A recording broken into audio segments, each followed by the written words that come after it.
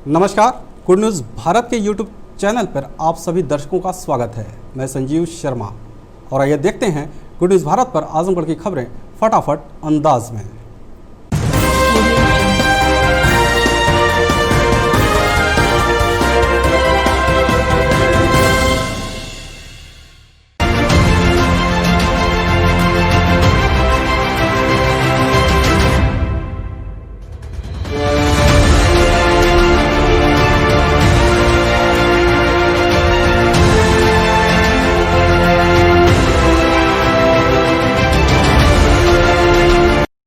Medical शिक्षा के क्षेत्र में मिक्सोपैथी का आजमगढ़ शहर में आईएमए ने किया विरोध। 8 दिसंबर को 2 घंटे का करेंगे देशव्यापी हड़ताल, पीसी कर सरकार के खिलाफ जताई नाराजगी। शहर के सिविल लाइन स्थित इंडियन मेडिकल एसोसिएशन के कार्यालय पर प्रेस कॉन्फ्रेंस का आयोजन कर आईएमए के अध्यक्ष डॉक्टर डीपी राय ने बताया कि हमारा किसी भी पैथी का विरोध नहीं है, लेकिन सरकार ने जो 57 प्रकार की सर्जरी करने का अधिकार आयुर्वेद व यूनानी पढ़े डॉक्टरों को छूट दिया है, आईएमए इसका विरोध करता है। उन्होंने कहा कि इस तरह मरीजों के जीवन के साथ खिलवाड़ हो जाएगा। डॉक्टर डीपी राय ने बताया कि जो डॉक्टर एलोपैथ पढ़कर चिकित्सक बना है वह उसी क्षेत्र का माहिर हो सकता है। इसी तरह आयुर्वेद व यूनानी पद्धति से पढ़े चिकित्सक उसी क्षेत्र की दवाओं के माहिर होंगे। ऐसे में सरकार ने 57 प्रकार की सर्जरी का छूट देकर चिकित्सा मानकों के साथ खिलवाड़ करने का काम कर रही है, जिसका आईएमए विरोध करते हुए आगामी 8 दिसंबर को पूरे देश में 2 घंटे का देशव्यापी हड़ताल करेंगे और 11 दिसंबर से सुबह कोविड व इमरजेंसी मरीज के अलावा किसी भी प्रकार की सेवा नहीं देंगे। इसका उद्देश्य यह है हम लोग मेडिकल शिक्षा के क्षेत्र में मिक्सोपैथी का विरोध करते हैं। हमारा किसी पैथी से कोई विरोध नहीं है, ना हमारा एलोपैथ से कोई विरोध है, यूनानी से कोई विरोध है, हमारा किसी से कोई विरोध नहीं है। हमारा विरोध यही है कि सबको एक में मिक्स मत करिए। दिस इज कॉल्ड मिक्सोपैथी हम नहीं चाहते हैं, क्योंकि हमारी मॉडर्न मेडिसिन का एक अलग ही है। हम ये नहीं कहते हैं कि आयुर्वेद हमारा नहीं है, आयुर्वेद हमारे देश में ही आयुर्वेद पैदा हुआ है, तो आप आयुर्वेद को आयुर्वेद में विकसित करिए। आप पारसी लोग यहाँ यूनानी लाए, आप यूनानी को यूनानी में विकसित करिए। यहाँ पर अंग्रेज़ों ने मॉडर्न मेडिसिन लाया, जो कि आज पूरे वर्ल्ड वाइड इसको स्वीकारा जाता है। सन 1800 में ले आए उन्होंने, और 3 मेडिकल कॉलेज इंडिया में खोले गए, एक कोलकाता में, एक मुंबई में और एक मद्रास में।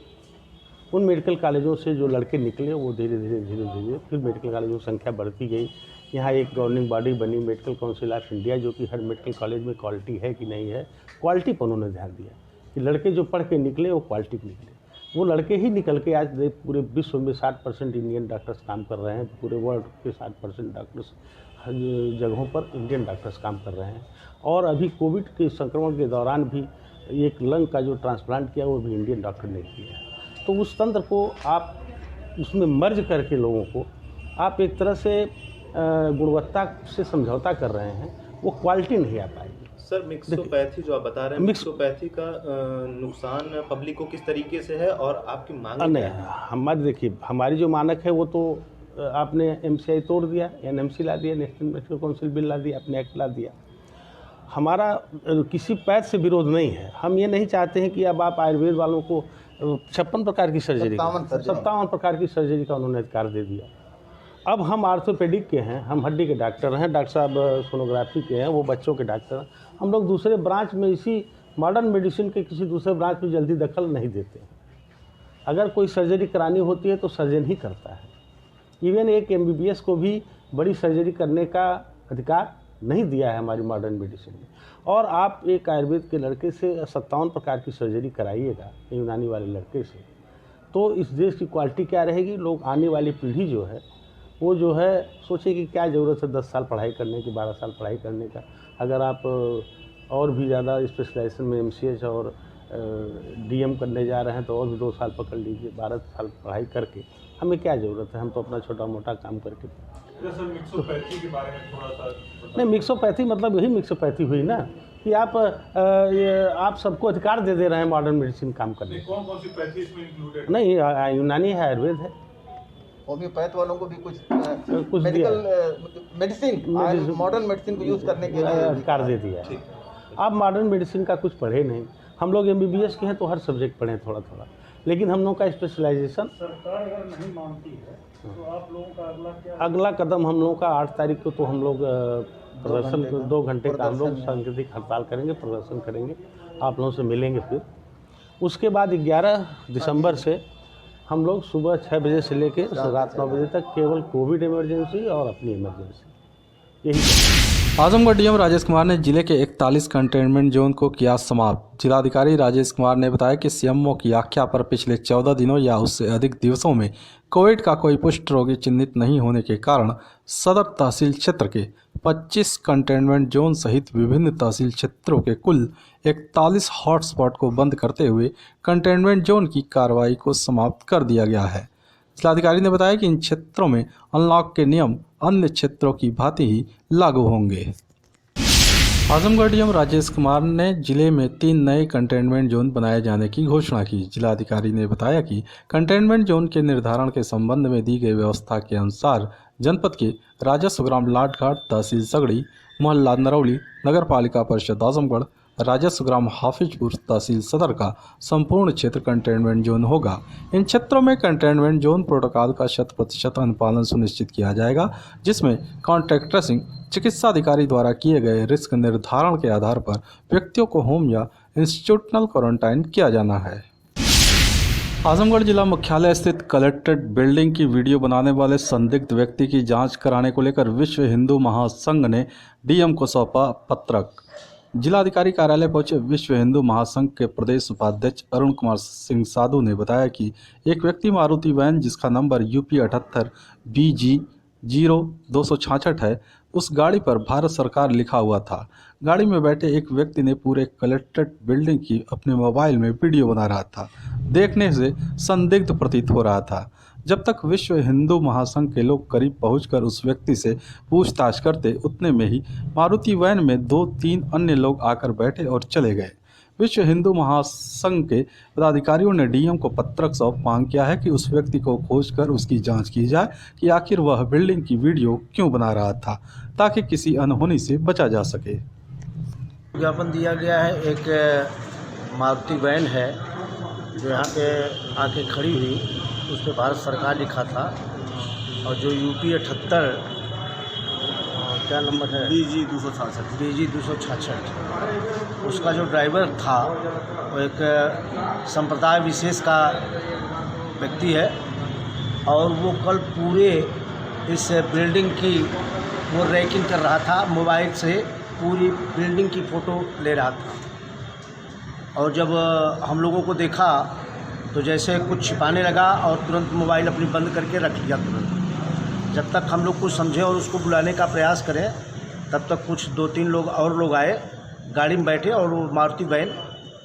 तुरंत निकल गई। और हमें लग रहा है कि या तो इस बिल्डिंग की रैकिंग की गई है, जांच इसकी किया जाए, उस व्यक्ति से पूछा जाए कि किस उद्देश्य से, किस मोटो से वो इस पूरे बिल्डिंग की फ़ोटोग्राफी कर रहा था। और हमें लगा कि ये आतंकवादी गतिविधियों में शामिल व्यक्ति हो सकता है, या हो सकता है कुछ और कारण हो, लेकिन उससे ये पूछा जाए कि किस उद्देश्य से यह पूरे बिल्डिंग की फ़ोटोग्राफी कर रहा है। आजमगढ़ जिला अस्पताल में विश्व विकलांग दिवस पर दिव्यांगजनों को सीडीओ ने उपकरण वितरित किया। इस दौरान मुख्य विकास अधिकारी ने बताया कि गत वर्ष प्रत्येक राजस्व ग्राम में दिव्यांगजनों को दिव्यांग पेंशन योजना अंतर्गत पात्र दिव्यांगजनों को चयन कराते हुए 5,380 तथा वर्तमान वित्तीय वर्ष में 1,240 दिव्यांगजनों को दिव्यांग पेंशन स्वीकृत कराई गई तथा कृत्रिम अंग उपकरण वितरण योजना अंतर्गत जनपद के समस्त तहसीलों में परीक्षण एवं उपकरण वितरण के कार्यक्रम कराए गए थे, जिसमें 425 दिव्यांगजनों को उपकरण योजना अंतर्गत लाभान्वित किया गया। वर्तमान वित्तीय वर्ष में एलिम्को के माध्यम से तथा विभागीय योजना अंतर्गत जनपद स्तर पर कैंप कराए जा रहे हैं, जिन्हें आगामी माह में उपकरण वितरण कराए जाएंगे। जनपद के पात्र दिव्यांगजनों को पारदर्शिता के साथ लाभान्वित किया जा रहा है। उत्तर प्रदेश सरकार की अन्य योजनाओं से भी पात्रानुसार लाभान्वित कराया जा रहा है।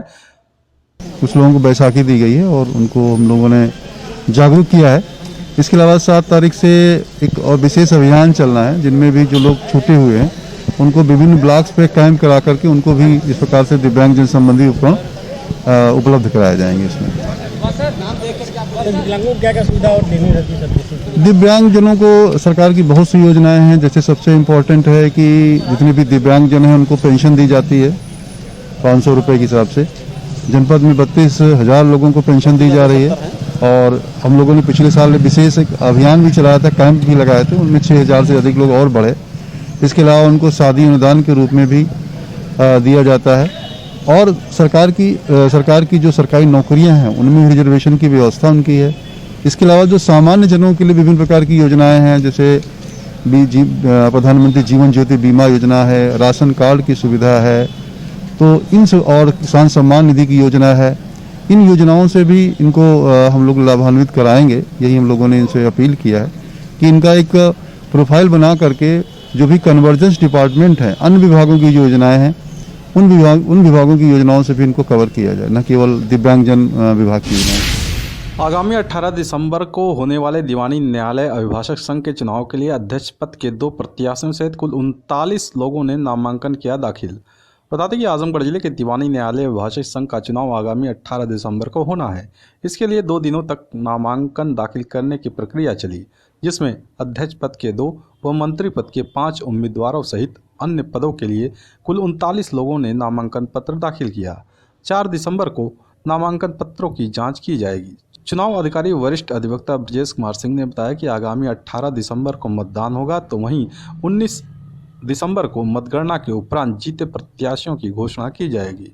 कुल 9 पद के लिए चुनाव होना है। इसके लिए कुल 39 लोगों ने नामांकन पत्र दाखिल किया है। आगामी संघ का चुनाव जो है 18/12/2020 को होना है और जिसकी काउंटिंग जो है 19/12/20 को होगी। कल से नामांकन प्रक्रिया चल रही है। कुल यहाँ पर 9 पद पर चुनाव होना है, जिसमें अभी तक कुल 39 लोगों ने नामांकन दाखिल किया है, जिसमें अध्यक्ष पद के लिए 2 लोगों ने नामांकन किया है, मंत्री पद के लिए 5 लोगों ने नामांकन दाखिल किया है और कोषाध्यक्ष पद के लिए 3 लोगों ने नामांकन दाखिल किया है। वरिष्ठ उपाध्यक्ष पर 2 प्रत्याशियों ने किया है। कार्यकारी कनिष्ठ के लिए 7 लोगों ने पर्चा दाखिल किया है। कनिष्ठ उपाध्यक्ष के लिए 2 लोगों ने पर्चा दाखिल किया।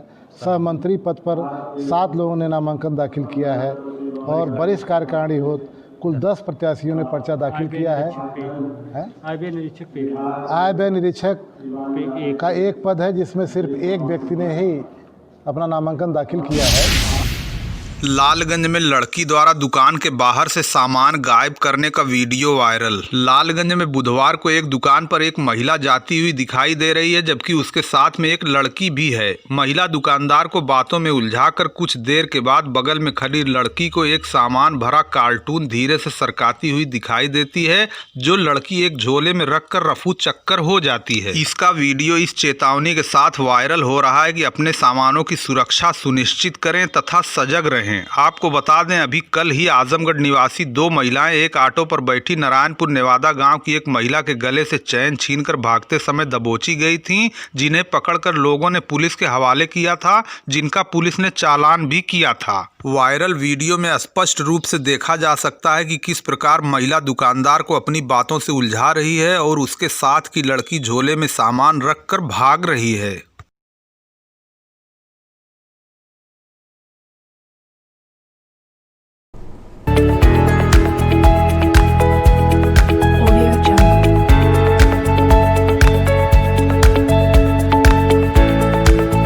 ब्रेक के बाद एक बार फिर से आपका स्वागत है।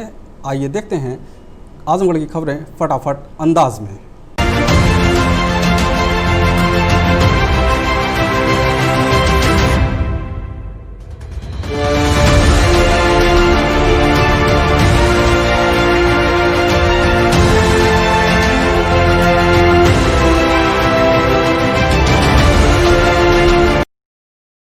पूर्व विधायक बेचई सरोज ने देवगांव के सपा कार्यकर्ता की माता की मृत्यु पर उनके घर पहुंचकर व्यक्त की शोक संवेदना। लालगंज के पूर्व विधायक बेचई सरोज ने आज समाजवादी पार्टी के कार्यकर्ता फरहान अहमद की माता की आकस्मिक मृत्यु पर गुरुवार को उनके घर देवगांव पहुंचकर शोकाकुल परिवार के साथ शोक संवेदना व्यक्त की। उन्होंने फरहान अहमद और उनके पिता एहसान अहमद से कहा कि ईश्वर की मर्जी के आगे किसी की नहीं चलती, वो पूरी तरह बेबस हो जाता है। ऐसे अवसर पर पार्टी सदैव अपने कार्यकर्ताओं और पदाधिकारियों के साथ हर प्रकार खड़ी रहती है। उनकी मृत्यु पर दुख व्यक्त करते हुए उन्होंने कहा, ईश्वर के पास हर किसी को एक न एक दिन जाना ही है। ऐसे अवसर पर हम जाने वाले के लिए केवल प्रार्थना ही कर सकते हैं, इसके अलावा कुछ किया नहीं जा सकता। इस अवसर पर पूर्व विधायक बेचई सरोज के साथ युवा नेता नबी सरवर उर्फ नाटे, जमाल खान, आरिफ खान, शादाब कुरैशी, सद्दाम अहमद, शमशेर अहमद, शारिफ खान, कस्बा देवगांव के प्रधान प्रतिनिधि अनीश कुरैशी सहित तमाम कार्यकर्ता और क्षेत्र के लोग प्रमुख रूप से उपस्थित रहे। कल के डरे लोगों ने ली राहत की सांस। सीएचसी लालगंज के डॉक्टरों की 92 जांच में 48 लोगों की एंटीजन किट से हुई जांच, नतीजा 0। लालगंज में मंगलवार को एक कोरोना संक्रमित मिलने के बाद लोगों की घबराहट के मध्य आज गुरुवार को किए गए टेस्ट में एक भी संक्रमित मरीज नहीं मिलने से लोगों ने राहत की सांस ली है। CHC in charge doctor Manoj Kumar ने बताया कि गुरुवार को सीएचसी लालगंज के चिकित्सकों ने कुल 92 लोगों की कोविड-19 की जांच की, जिसमें 48 लोगों की एंटीजन किट से जाँच की गई। इसमें सभी 48 लोगों की रिपोर्ट नेगेटिव प्राप्त हुई। 44 लोगों का टेस्ट RT-PCR द्वारा किया गया। आज कोई कॉन्ट्रैक्ट ट्रेसिंग सैंपलिंग नहीं की गई। CHC in charge doctor Manoj Kumar ने कहा कि लालगंज क्षेत्र में कोरोना पॉजिटिव मरीजों में निरंतर कमी के बीच भी लोगों को सतर्क और जागरूक रहने की सख्त आवश्यकता है, क्योंकि बीच बीच में मिलने वाले संक्रमित मरीजों के परिणाम स्वरूप यह कहना गलत नहीं होगा कि खतरा अभी भी पूरी तरह टला नहीं है। अतः सभी लोग सरकार द्वारा लागू किए गए नियमों का अक्षरशः पालन करें तथा महामारी पर पूर्ण रूप से नियंत्रण प्राप्त करने में अपना सहयोग प्रदान करें। मई खड़गपुर के समीप बाइक की चपेट में आने से 70 वर्षीय वृद्ध की मौत, परिजनों में मचा कोहराम। आजमगढ़ वाराणसी मुख्य मार्ग पर मई खड़गपुर गांव के समीप आज गुरुवार को एक बड़ा हादसा हो गया। यहां मुन्नर राम पुत्र जीवत राम उम्र 70 वर्ष निवासी मई खड़गपुर की दोपहिया वाहन की चपेट में आने से मौके पर ही मृत्यु हो गई। प्राप्त जानकारी के अनुसार मुन्नर राम मई खड़गपुर के निवासी थे और वो शाम के 4 बजे के करीब खेत जा रहे थे कि सड़क पार करते समय आजमगढ़ की ओर से आ रही एक तेज रफ्तार बाइक की चपेट में आ गए, जिससे घटना स्थल पर ही उनकी मृत्यु हो गई। पुलिस ने शव को कब्जे में लेकर पोस्टमार्टम के लिए भेज दिया। लालगंज में अधिवक्ताओं ने डॉक्टर राजेंद्र प्रसाद की मनाई जयंती। कहा, राजेंद्र बाबू के जीवन से सीख लेने की जरूरत। भारत के प्रथम राष्ट्रपति डॉक्टर राजेंद्र प्रसाद की जयंती आज गुरुवार को अधिवक्ताओं ने दी बार एसोसिएशन के अध्यक्ष इंद्रभानु चौबे की अध्यक्षता में बड़े ही धूमधाम से मनाई। अधिवक्ताओं ने उनके चित्र पर पुष्प अर्पित कर श्रद्धा सुमन अर्पित किया। इस अवसर पर एक विचार गोष्ठी का भी आयोजन किया गया। गोष्ठी को संबोधित करते हुए वक्ताओं ने डॉक्टर राजेंद्र प्रसाद के जीवन पर विस्तार पूर्वक प्रकाश डालते हुए कहा कि राजेंद्र बाबू जैसा सादगीपूर्ण जीवन दुर्लभ लोग ही जीते हैं। गोष्ठी में समर बहादुर सिंह, धर्मेश पाठक, अमरनाथ यादव, राजेंद्र प्रसाद सिंह, अशोक कुमार अस्थाना, राजेंद्र लाल श्रीवास्तव, कैलाश सिंह, ओम प्रकाश वर्मा, राजनाथ यादव, विजय प्रकाश यादव, आनंद कुमार श्रीवास्तव, विनय शंकर राय, देवेंद्र नाथ पांडे, रतन कुमार, सुंदर चौहान सहित कई अन्य अधिवक्ता उपस्थित रहे। कार्यक्रम का संचालन संतोष कुमार सिंह ने किया। गोष्ठी के बाद मिष्ठान का भी वितरण किया गया। आजमगढ़ जिले में परीक्षा केंद्र निर्धारण के लिए परिषद की वेबसाइट पर गलत सूचना अपलोड करने पर परीक्षा केंद्र 1 साल के लिए होंगे डिबार, TIOS ने दी जानकारी। जिला विद्यालय निरीक्षक डॉक्टर VK शर्मा ने शिवली नेशनल इंटर कॉलेज में प्रबंधकों के संग बैठक की। बैठक में उन्होंने कहा कि परीक्षा केंद्र निर्धारित होने संबंधी किसी प्रकार की गलती पाई गई तो इसका संपूर्ण उत्तरदायित्व संबंधित विद्यालय के प्रधानाचार्य का होगा। DIOS डॉक्टर VK शर्मा ने बताया कि माध्यमिक शिक्षा परिषद द्वारा 2021 की हाई स्कूल व इंटरमीडिएट परीक्षाओं के लिए परीक्षा केंद्र का निर्धारण ऑनलाइन कराने के लिए नीति निर्धारित किया गया है। उन्होंने बैठक में उपस्थित समस्त राजकीय अशासकीय सहायता प्राप्त एवं वित्त विहीन मान्यता प्राप्त माध्यमिक विद्यालयों के प्रधानाचार्यों को निर्देश दिया कि विद्यालयों की आधारभूत सूचनाएं एवं उपलब्ध सुविधाओं एवं अन्य वांछित सूचनाओं को परिषद की वेबसाइट पर 5 दिसंबर तक अपलोड कर दें। उन्होंने कहा कि अपलोड विद्यालयों की आधारभूत सूचनाओं का सत्यापन जिलाधिकारी द्वारा गठित तहसील स्तरीय समिति द्वारा भौतिक सत्यापन किया जाएगा। यदि गलत सूचना मिली तो केंद्र को निरस्त कर दिया जाएगा। आजमगढ़ जिले में शादी समारोह में बार बालाओं के डांस देखने को जुटी भीड़, बिना मास्क व सोशल डिस्टेंसिंग की उड़ी धज्जियां, प्रभारी एसपी ने कार्रवाई की बात कही। आजमगढ़ जिले में यूपी सरकार द्वारा जारी शादी समारोह के लिए गाइडलाइन का कोई मतलब नजर नहीं आ रहा है। एक तरफ सरकार ने शादी समारोह में 100 से ज़्यादा लोगों के इकट्ठा होने पर पाबंदी लगा रखी है, तो वहीं दूसरी तरफ आजमगढ़ जिले में इसकी जमकर धज्जियां उड़ाई जा रही हैं। जी हाँ, हम बात कर रहे हैं एक शादी समारोह की। आजमगढ़ जिले के कंदरापुर थाना क्षेत्र के एक व्यक्ति के यहाँ शादी समारोह में बार बालाओं का डांस हो रहा था, जहां एक दो नहीं बल्कि हजारों की संख्या में लोग बार बालाओं की अश्लील डांस का लुत्फ उठा रहे थे, वो भी कोरोना के खौफ से बेखबर।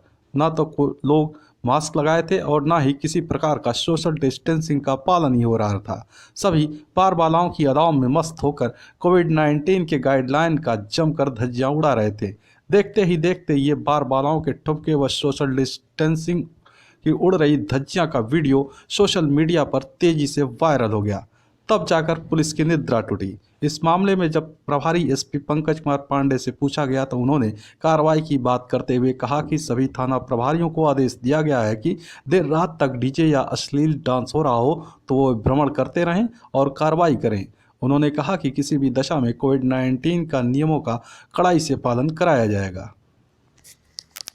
देखिए, कोरोना को लेके एकदम सतर्क दृष्टि बनाए रखी जा रही है, इन्फोर्समेंट कराया जा रहा है। इसी संबंध में सारे बैंकेट हॉल वालों को और डीजे वालों की मीटिंग की गई है कि बैंकेट हॉल वालों से उनको निर्देश दिए गए हैं कि कोविड प्रोटोकॉल का पालन करते हुए सिर्फ उतने ही लोगों को अनुमति दें वहाँ पर शादी फंक्शन में शामिल होने की, अन्यथा उनके विरुद्ध भी कार्रवाई होगी अगर ऐसा पाया जाता है कि वो कोरोना प्रोटोकॉल का पालन नहीं कर रहे हैं।